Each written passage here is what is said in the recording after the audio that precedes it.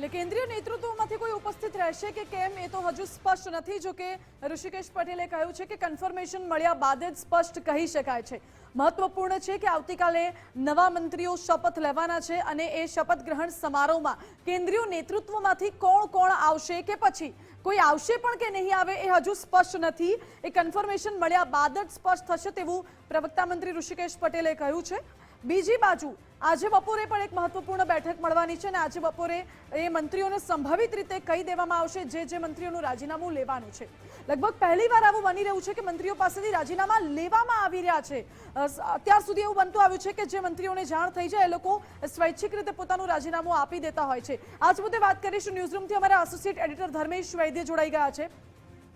ધર્મેશ, પહેલીવાર લગભગ એવું બનવા જઈ રહ્યું છે કે એ જૂના જે મંત્રીઓ છે જેમને પડતા મૂકવામાં આવી શકે છે તેમના રાજીનામા લઈ લેવામાં આવશે। અત્યાર સુધી એવું બનતું આવ્યું છે કે એ મંત્રીઓને ખબર પડે એટલે સ્વૈચ્છિક રીતે તેઓ રાજીનામા આપી દેતા હોય છે। માનસી, ચોક્કસથી કહી શકાય કે ગુજરાતની રાજનીતિ માટે જે છેલ્લા કહેવાતી વાતો હતી હવે હકીકતમાં ને વાસ્તવિકતામાં બદલી રહી છે। આપે જે કીધું કે જે નોન પરફોર્મન્સ, ના તંદુરસ્ત તબિયત કે અન્ય કોઈ કારણોસર જેને મંત્રીઓને પડતા મૂકવાના છે એના નામ છેલ્લા કેટલાય દિવસોથી ચાલી પણ રહ્યા છે। પણ અત્યારે જે અપડેટ મળી રહ્યા છે કે મુખ્યમંત્રી શ્રી મુંબઈથી આવી જાય કાર્યક્રમ બાદ ગાંધીનગર, ત્યારબાદ રાજીનામા લેવા મળશે। આપણે રાજકીય વિશ્લેષકો એવું કહી રહ્યા છે મોટે ભાગે જે મંત્રીઓને પોતાનો ખ્યાલ જ હોય એ સ્વયંભૂ જઈ અને રાજીનામા સુપ્રત કરતા હોય, પણ એક સાથે કદાચ જે મંત્રીઓના રાજીનામા લઈને હવે નવસર્જન જ્યારે કરવાનું છે મુખ્યમંત્રી ભૂપેન્દ્રભાઈ પટેલના નેતૃત્વમાં નવું મંત્રીમંડળ, એ નવું મંત્રીમંડળમાં જે વર્તમાન કદાચ જે રહેવાના છે એમના પણ અત્યારે રાજીનામા લઈને ફરીથી નામ જાહેર કરે એવી પણ શક્યતા અત્યારે દર્શાવી રહી છે સૂત્રોના સંપર્કથી। ટૂંકમાં અત્યારે જે વાતો થઈ રહી છે તર્ક આધારિત છે, સામાજિક સમીકરણ આધારિત છે, એમના પરફોર્મન્સને આધારિત છે, કેટલાક વિવાદોને લઈને મંત્રીઓને પડતા મૂકવાના છે। આ તમામ વસ્તુ છે, પણ જે ગતિવિધિ છે એ દિલ્હીની 5 કલાક જે મેરેથોન બેઠક સરકારને સંગઠન, હું ફરીથી કહીશ, પ્રદેશ પ્રમુખ જગદીશ વિશ્વકર્મા પ્રદેશ પ્રમુખ બન્યા પછી પહેલીવાર દિલ્હી, અમિતભાઈ શાહ સાથે 5 કલાક બેઠક, ત્યાં ભોજન અને મુખ્યમંત્રી ભૂપેન્દ્રભાઈ પટેલ પણ ત્યાં હાજર, એ પહેલાં વડાપ્રધાન નરેન્દ્રભાઈ મોદી સાથેની મુલાકાત, અને ત્યારે જે લિસ્ટ ફાઇનલ થયું છે એ જ લિસ્ટ આજે અથવા આવતીકાલે મોટે ભાગે આપણે આ વખતે એવું માનીએ છીએ કે જે કાર્યક્રમ આવતીકાલે 11:30 છે તો આજ સાંજ સુધીમાં અથવા રાત સુધીમાં 8-9 વાગ્યા સુધીમાં જે મંત્રીઓ નવા બનવાના છે એને જાણ થઈ જશે, કારણ કે બધા જ ગાંધીનગરમાં છે।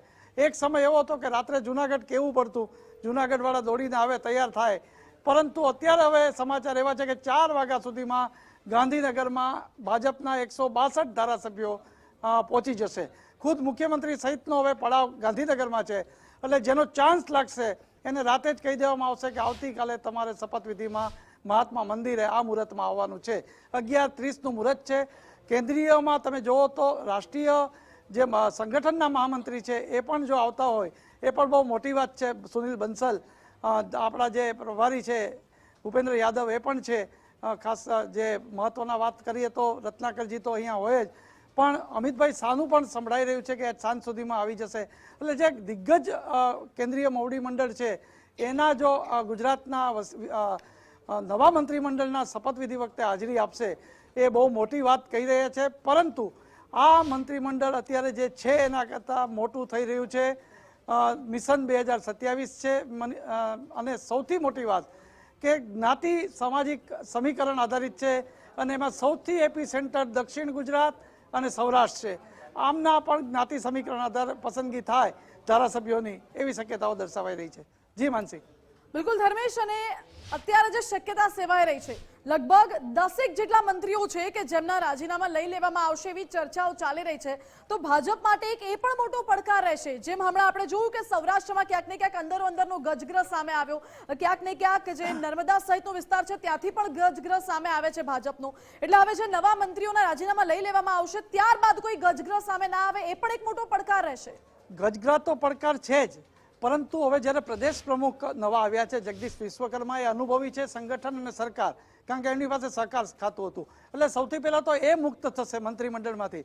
કારણ કે 2027નું જો મિશન હોય તો જગદીશ વિશ્વકર્મા સાથે હવે જે નવા મંત્રીઓ આવશે એ હવે આપણે સ્નેહ મિલનો કરશે દિવાળી સુધી છે, જેને કહે છે કાર્તકી પૂનમ સુધી આ સ્નેહ મિલનો થતા હોય છે દરેક મત વિસ્તારમાં વિધાનસભા દીઠ. પરંતુ તમે જે વાત કરી એ પરફોર્મન્સ, કેટલાક વિવાદો, આ તમામને લઈને જે સંખ્યા હતી 2-3ની પણ એ 10એ પહોંચી છે. આપણે 5 માન્યા હતા શરૂઆતના તબક્કે, સપ્તાહ પહેલા આપણે 5 મંત્રીઓને પડતા મૂકશે એવું હતું, પરંતુ અત્યારે જે સમાચાર મળી રહ્યા છે એ 8 થી 10નો આંકડો છે. એટલે એ નવા પ્લસ બીજા નવા, એટલે એમ કરીને 21 થી 25 કુલ 27નું સંખ્યાબળ કરી શકે મંત્રીમંડળમાં. એટલા બંગલા પણ છે ને એટલી ઓફિસો પણ છે, પર સ્વર્ણિમ 1 અને સ્વર્ણિમ 2. હવે આ જોતા અત્યારે એવું લાગી રહ્યું છે કે તમે કહો છે કે ભાજપમાં જે આંતરિક, તમે નર્મદા હોય કે રાજકોટમાં જૂના નવા ભાજપનો, પરંતુ સૌથી મોટો જ્યારે સૌરાષ્ટ્ર બેલ્ટની વાત છે તો લેવુઆ પાટીદારમાં 2 થી 3 ચહેરાઓ, એટલે 4 જણને સ્થાન અપાઈ રહ્યું છે. હવે પેરેલલ તમે જુઓ તો ભરત બોગરા અત્યારે સંગઠનમાં ઉપાધ્યક્ષ છે, તો સંગઠનમાં હવે લેવુઆ પાટીદારને સ્થાન મળે છે કે સરકારમાં 3 થી 4 પદ, ધારો કે મહેશ કસવાલા હોય, કૌશિક વેકરિયા હોય, જયેશ રાદડિયા હોય, આ બધા જ નામો તમે જોઈ શકો છો કે લેવુઆ પાટીદાર છે. કડવામાંથી મેં તમને જે ગઈકાલથી પણ કહી રહ્યો છું, આજે પણ કહું છું કે કડવામાં અત્યારે 3 ઉમેદવારોના નામ તો ધારાસભ્યોના ચર્ચાઈ રહ્યા છે. એમાં સંજય કોરડિયાનું નામ મોખરે છે, જુનાગઢ. સંજય કોરડિયા, કાંતિ અમૃતિયા અને પ્રકાશ વરમોરા, આ કડવા પાટીદાર છે. અને કડવા પાટીદાર ગત મંત્રીમંડળમાં હતા નહીં, કારણ કે ખુદ મુખ્યમંત્રી કડવા પાટીદાર છે. આમ તો ઉમા ખોડલ એક છે, પાટીદાર એક છે, પણ સૌરાષ્ટ્ર અને અન્ય જે વોટ બેંકને આધારિત જોઈએ તો લેવુવાની જે પ્રભુત્વ છે એ સૌરાષ્ટ્ર અને દક્ષિણ ગુજરાતમાં છે. હવે 3 વાગ્યા પછીનો જે એપિસોડ છે એ રાજનીતિ ગરમ હશે. બધાના રાજીનામા લઈ લે છે કે 8 થી 10 પડતા મૂકવાના છે એમના લે છે. ખરેખર જો નવસર્જન હશે તો એકવાર બધાના રાજીનામા લઈ લેશે, પછી એમાંથી કમબેક પાછા ફરીથી શપથ નવી લઈ શકે છે. અને કારણ કે ખાતા પણ નવા ચેન્જ થશે. માની લો કે ઋષિકેશ પટેલ યથાવત રહ્યા તો ઋષિકેશ પટેલ આરોગ્યમાં જ રહે છે કે અન્ય ખાતામાં રહે, એ પણ અત્યારે અટકળો તેજ થઈ છે. પણ અત્યારે તર્ક આધારિત છે, કારણ કે આ ભાજપ છે. ભાજપ સરપ્રાઇઝ માટે કહેવાયેલું છે ને આ વખતે બધા જ ગાંધીનગરમાં હશે, એટલે ગાંધીનગરમાંથી ગોતવા અઘરી વાત નહીં પડે. ફોન જવો અને અહીંયાથી પહોંચવું એ પહેલાં વતનમાંથી બોલાવવા પડતા, આ વખતે પોતાના મત વિસ્તારમાં નહીં હોય, ગાંધીનગર છે. 4 વાગ્યા સુધીમાં, મારે હમણાં જ એક ધારાસભ્ય સાથે વાત થઈ, 4 વાગ્યા સુધીમાં ધારાસભ્ય સદસ્ય નિવાસમાં પહોંચી જશે. 3 વાગ્યા પછી મુખ્યમંત્રીને ત્યાં રાજીનામાવાળી જે વાત છે એ પણ બહુ ઉત્તેજનાવાળી હશે કે બધાના લેવાય છે કે જે પડતા મૂકવાના છે. આ તમામ અટકળો અત્યારે તેજ બની છે. જી ધર્મેશ, બિલકુલ. અને અત્યાર સુધીનો ઇતિહાસ જે રહ્યો છે નરેન્દ્રભાઈ મોદી જ્યારથી કેન્દ્રમાં ગયા ત્યારબાદથી, કે વિધાનસભા ચૂંટણીને 1 વર્ષ બાકી હોય એટલે આ તમામ ફેરફારો કરવામાં આવે છે. મંત્રીમંડળમાં પણ, સંગઠનમાં પણ આવા ફેરફારો થતા હોય છે. વિધાનસભાને 1 વર્ષ બાકી હોય એ પહેલા મંત્રીમંડળમાં ફેરફાર થાય. આ વખતે વિધાનસભાને 2 વર્ષ જેટલો સમય બાકી છે અને મંત્રીમંડળમાં ફેરફાર થાય છે. એટલે શોર્ટ ટર્મ ગોલ છે સ્થાનિક સ્વરાજની ચૂંટણી, લોંગ ટર્મ ગોલ બની જાય છે વિધાનસભાની ચૂંટણી. સ્થાનિક સ્વરાજની ચૂંટણીમાં એ ટ્રેલર માનવામાં આવી રહ્યું છે આ નવા મંત્રીમંડળ માટે. માનસી, આ આખું મિશન 2027 આવનારી કોર્પોરેશન, તાલુકા પંચાયત, જિલ્લા પંચાયત, નગરપાલિકાની ચૂંટણી છે. અને તમે જુઓ કે ભલે પેટા ચૂંટણી એક જ હારી છે ભાજપ, પણ ભાજપનું જે આખું નેટવર્ક હોય, તમે જો 2 જ પેટા ચૂંટણી હતી, કડી અને વિસાવદર, પણ વિસાવદરની ચૂંટણી પછી તમે જુઓ કે જે ભલે એક જ બેઠક એ હાર્યા છે, પણ એ પછીનું જે મંથન છે એ દિલ્હી સુધી નોંધ લેવાય છે. અને આપણે તો મીડિયામાં છીએ, એટલે મીડિયામાં જે અહેવાલો આવતા હોય, તમે જો ગોપાલ ઇટાલિયાનું 1.5 મહિના સુધી વિજય યાત્રા ચાલી, ભલે અલગ અલગ વિસ્તારમાં છે, અને એક જ બેઠક જીત્યા છે, એનાથી કઈ ફેર પડવાનો જ નથી, સરકારમાં પણ નથી. પરંતુ 162 ધારાસભ્યો હોવા છતાં 2027ની ચૂંટણીનું મેનેજમેન્ટ અત્યારથી કરશે. એને માટે જ અત્યારે યુવા પ્રતિભા, MLA યુવાઓને જે સોંપવામાં આવશે એ બહુ મહત્વની વાત છે. અને એટલે જ એને પડકાર કહી શકાશે. સૌથી પેરેલલ તમે જુઓ કે સરકાર ને સંગઠન બેય નવું હશે.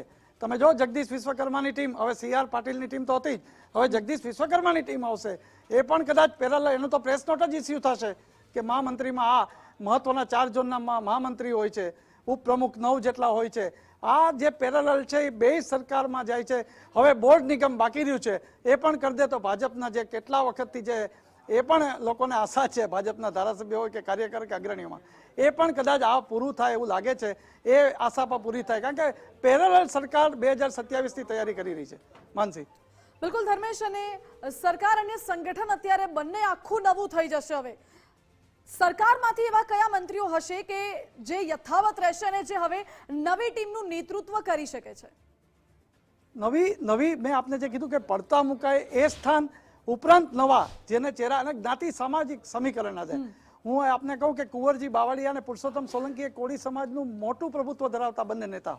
પણ પુરુષોત્તમભાઈ સોલંકીની તબિયતને કારણે એક વાત એવી પણ છે કે એમના પુત્રને આવનારી 2027માં ટિકિટ પણ આપશે. દિવ્યેશ એમના પુત્રનું નામ છે, આવી એક ચર્ચા છે અને આંતરિક સૂત્રો પણ કહી રહ્યા છે. પણ હીરાભાઈ સોલંકી જે રાજુલાના ધારાસભ્ય છે ભાજપના, એમને અત્યારે પુરુષોત્તમભાઈ સોલંકીનું મંત્રાલય અથવા એમના પછીનું કોઈ મંત્રીપદ મળે એવી વાત છે. હવે તમે જો તો મંત્રીપદ જો હીરાભાઈ આવે તો હીરાભાઈને સ્થાને અમરેલીમાં લેવા પાટીદારમાં 2 પેરેલલ નામ ચાલી રહ્યા છે, કૌશિક વેકરિયા અને મહેશ કસવાલા. આમ મહેશ કસવાલા પ્રવક્તા તરીકે બહુ જાણીતા છે, અમદાવાદમાં પણ નેટવર્ક છે, વતની અમરેલી સાવરકુંડલાના છે.